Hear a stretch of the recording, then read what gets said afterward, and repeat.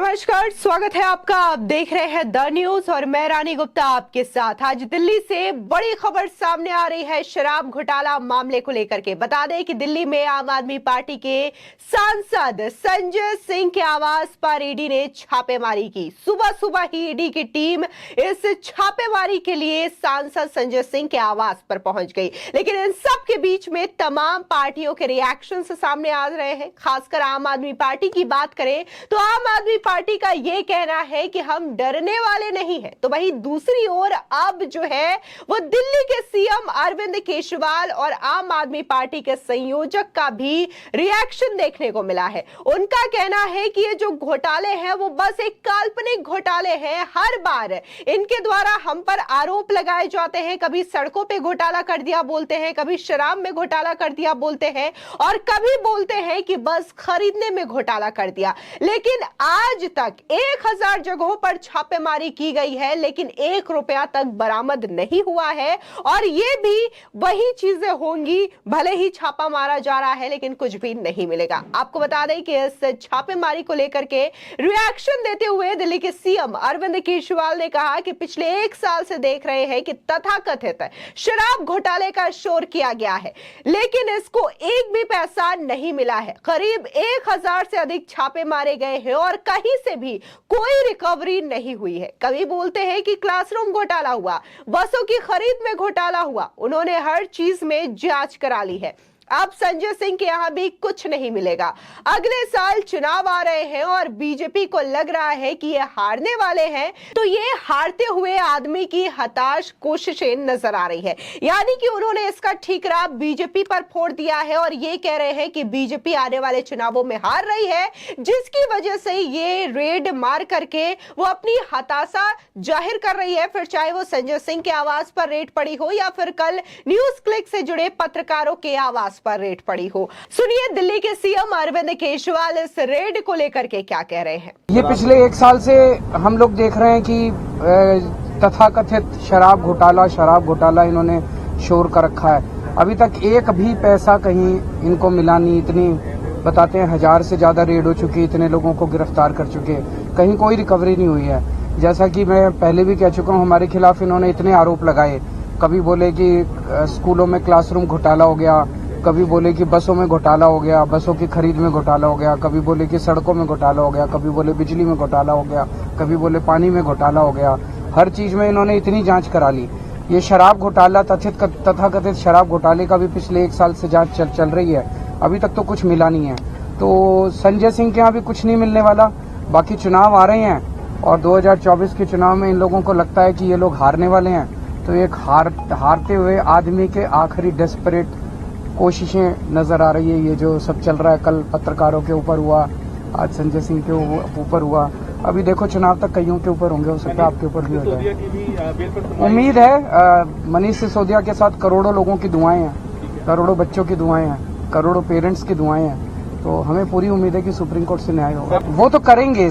देखिए, चुनाव जैसे जैसे नजदीक आएगा वैसे वैसे ED, CBI, income tax, police, फलाना ढिमका, ये सारी एजेंसी सब तरह के वो करेगी। लेकिन इससे घबराना नहीं है। ये जब आदमी हार रहा होता है तब आदमी फिर यही सब करता है, फिर उसको और कोई चारा नहीं। आपको बता दें कि दिल्ली में प्रवर्तन निदेशालय ने दिल्ली आबकारी नीति से जुड़े धन शोधन मामले के संबंध में बुधवार की सुबह सुबह आम आदमी पार्टी के राज्यसभा सांसद संजय सिंह के आवास पर छापे मारे। अधिकारियों ने बताया कि मामले के संबंध में कुछ दूसरे लोगों के घर पर भी छापे मारे गए हैं। वहीं ईडी ने अपनी चार्जशीट में आरोप लगाया था कि शराब घोटाले के आरोपी व्यवसायी दिनेश अरोड़ा ने दिल्ली के मुख्यमंत्री अरविंद केजरीवाल से उनके आवास पर मुलाकात की थी और इस बैठक में संजय सिंह भी मौजूद थे। बता दें कि ईडी के सामने दिनेश अरोड़ा द्वारा दिए बयान के मुताबिक वो सबसे पहले एक कार्यक्रम के दौरान संजय सिंह से मिला था। इसके बाद वो मनीष सिसोदिया के संपर्क में आया। वही सूत्रों का कहना है कि ये दिल्ली चुनाव से पहले आप नेता द्वारा आयोजित एक फंड जुटाने का कार्यक्रम था। बता दें कि ईडी की चार्जशीट के मुताबिक संजय सिंह के कहने पर ही दिनेश अरोड़ा ने दिल्ली के आगामी चुनावों के लिए पार्टी फंड इकट्ठा करने के लिए कई रेस्तरां मालिकों से बात तक की थी। इतना ही नहीं, उसने 32 लाख रुपए का चेक भी मनीष सिसोदिया को सौंपा था। ईडी ने यह भी आरोप लगाया है कि संजय सिंह ने दिनेश अरोड़ा का एक मुद्दा सुलझाया जो कि एक्साइज विभाग के पास लंबित था। आपको बता दें कि इसको लेकर के पूरी तरीके से जो चीजें देखने को मिल रही है वो कल से कहीं ना कहीं शुरुआत मानी जा रही है, क्योंकि कल फाइनली दिनेश अरोड़ा और इसी के साथ ही वाईआरसीपी के जो सांसद हैं उनके बेटे राघव मंगुटा अब ईडी के सरकारी गवाह बन चुके हैं और इस पर कल ही फाइनली मुहर लगी। और इसके बाद से लगातार ये खबरें तैर रही थी कि दिनेश अरोड़ा और राघव मंगुटा जो है वो दिल्ली आबकारी शराब नीति को लेकर के सरकारी गवाह बन चुके हैं। खबर चल रही थी कि जो शराब घोटाले के किंगपिन हैं, सरगना हैं, उनका बायां हाथ आज घबरा के हिल रहा है, डर लग रहा है। बायां हाथ क्यों कहा? दाहिना हाथ जो था, जिसको कट्टर ईमानदार का सर्टिफिकेट शराब घोटाले के किंगपिन पापी आपके अरविंद केजरीवाल देते थे, वो तो 7.5 महीने से जेल में है। कहना गलत नहीं होगा, भ्रष्टाचार की 7.5 अरविंद केजरीवाल पर भी असर कर रही है। आज उनका दूसरा हाथ संजय सिंह, उनके यहां पे भी जांच एजेंसियों की रेड होती है और इस मंच से हम उठाना चाहेंगे। सबसे पहले इस पूरे शराब घोटाले में यह देश की जनता और दिल्ली की जनता जान चुकी है कि कोई सरगना है, किंगपिन है तो वो अरविंद केजरीवाल है। उन्हीं के इशारे पे यह शराब घोटाला दिल्ली में हुआ है। लेकिन 3 तथ्य चिंताजनक है, गंभीर है, ये भारत की जनता के समक्ष रखना आवश्यक है। सबसे पहला, एक्यूज दिनेश अरोड़ा, इन्होंने कबूला है दिल्ली के मुख्यमंत्री आवास पर एक बैठक होती है जो शराब कारोबारी हैं। तो सबसे पहला प्रश्न यह है कि मुख्यमंत्री आवास ना हो गया, घोटाले का अड्डा हो गया, वहां वसूली हो रही है, कमीशन तय हो रही है। और यह बात कोई और नहीं कहता है, जो एक्यूज्ड है दिनेश अरोड़ा, ये कबूलते हैं।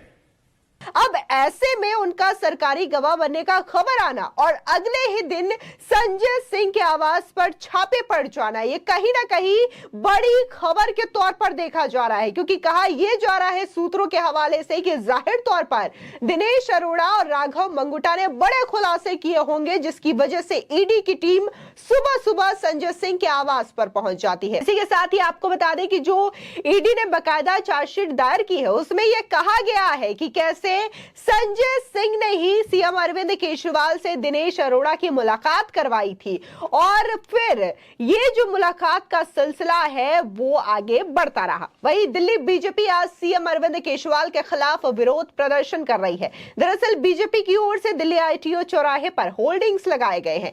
बीजेपी केजरीवाल के इस्तीफे की मांग कर रही है। बीजेपी की ओर से लगाए गए पोस्टर्स में यह लिखा है कि शराब घोटाले के सरगना केजरीवाल के साथी बने सरकारी गवाह, केजरीवाल इस्तीफा दो।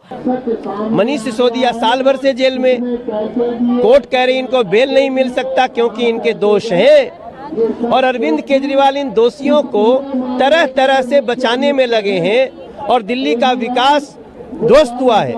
हम सड़कों पे हैं, अरविंद केजरीवाल आप मास्टरमाइंड हो इन अपराधियों के, भ्रष्टाचारियों के, आप इस्तीफा दो ताकि हम दिल्ली के विकास कार्य को चला सकें। आपको बता दें, दरअसल इसी साल जनवरी में ईडी ने अपनी चार्जशीट में संजय सिंह का नाम जोड़ा था। इसको लेकर के संजय सिंह ने काफी हो हंगामा किया था। दरअसल मई में संजय सिंह ने यह दावा किया कि ईडी ने उनका नाम गलती से अपनी चार्जशीट में जोड़ लिया है। हालांकि इस चार्जशीट में राघव चड्ढा का भी नाम शामिल था, लेकिन जिस पर ईडी ने जवाब दिया कि हमारी चार्जशीट में संजय सिंह का नाम 4 जगह लिखा गया है, इसमें से 3 जगह पर नाम बिल्कुल सही है, सिर्फ 1 जगह पर टाइपिंग की गलती हो गई है। जिसके बाद ईडी ने संजय सिंह को मीडिया में बयानबाजी न करने की हिदायत दी थी, क्योंकि मामला कोर्ट में लंबित है और इस चीज को लेकर के संजय सिंह जो है बयानबाजी नहीं कर सकते। आपको बता दें, इसी के साथ ही अगर हम बात ईडी की चार्जशीट में करें तो ईडी ने दरअसल मई में एक सप्लीमेंट्री चार्जशीट शराब घोटाला मामले को लेकर के कोर्ट में दायर की थी और इसी चार्जशीट में संजय सिंह का नाम था और इसी के साथ ही राघव चड्ढा का नाम भी सामने आया था। हालांकि राघव चड्ढा को दोषी करार नहीं दिया गया, खाली ये कहा गया है कि राघव चड्ढा जो है इस मीटिंग में शामिल थे। लेकिन यहां पर संजय सिंह की जो इंपॉर्टेंस है वो इसलिए ज्यादा बढ़ जाती है क्योंकि दिनेश अरोड़ा की मुलाकात ही संजय सिंह ने सीएम केजरीवाल से करवाई थी और उसी के बाद दिनेश अरोड़ा जो है वो न सिर्फ केजरीवाल से मिलते हैं बल्कि वो मनीष सिसोदिया से भी मिलते हैं। आपको याद दिला दें कि मनीष सिसोदिया दिल्ली के पूर्व डेप्यूटी सीएम रह चुके हैं, मंत्री रह चुके हैं और फिलहाल वो शराब घोटाला मामले को लेकर के दिल्ली की तिहाड़ जेल में बंद है। हालांकि हर सुनवाई में आम आदमी पार्टी के द्वारा यह दावा किया जाता है कि मनीष सिसोदिया जो है इस पूरे प्रकरण में उन्हें बस एक मोहरा बनाया गया है, जानबूझ करके फंसाया गया है, वो दोषी नहीं है। लेकिन हर सुनवाई में देखने को मिलती है कि उन्हें जमानत नहीं दिया जाता है। तो यह अपने आप में बड़ा ही चौंकाने वाला विषय है कि अगर वाकई में मनीष सिसोदिया जो है निर्दोष है तो उन्हें जमानत क्यों नहीं मिल रही है। लेकिन आम आदमी पार्टी ने एक बार फिर से दिल्ली में हुए इस छापेमारी को लेकर के, जो कि संजय सिंह के आवास पर हुआ है, उनका कहना यह है कि यह पूरा का पूरा जो शराब घोटाला मामला है वो पूरी तरीके से काल्पनिक है और शराब घोटाला तो हुआ ही नहीं है, बस एक ये अपने आप से तैयार किया गया घोटाला है। इसमें किसी तरीके का कोई घोटाला नहीं हुआ है। हालांकि पिछले 1 सालों में यह सिलसिला ईडी और सीबीआई की टीम के द्वारा देखने को मिल रहा है। पिछले 1000 जगहों पर छापेमारी की जा चुकी है, लेकिन अभी तक कोई भी प्रमाण जो है इस चीज को लेकर के नहीं मिला है, यह आम आदमी पार्टी का कहना है। लेकिन सवाल यह उठता है कि अगर वाकई में शराब घोटाला मामला काल्पनिक है तो आखिर क्यों इस चीज को लेकर के ईडी और सीबीआई जो है जांच कर रही है। और इसी के साथ ही देखने को मिला था कि जब ईडी की टीम सुबह सुबह संजय सिंह के आवास पर पहुंची तो यहां पर बकायदा आम आदमी पार्टी के द्वारा एक poster social media platform x पर शेयर किया गया है,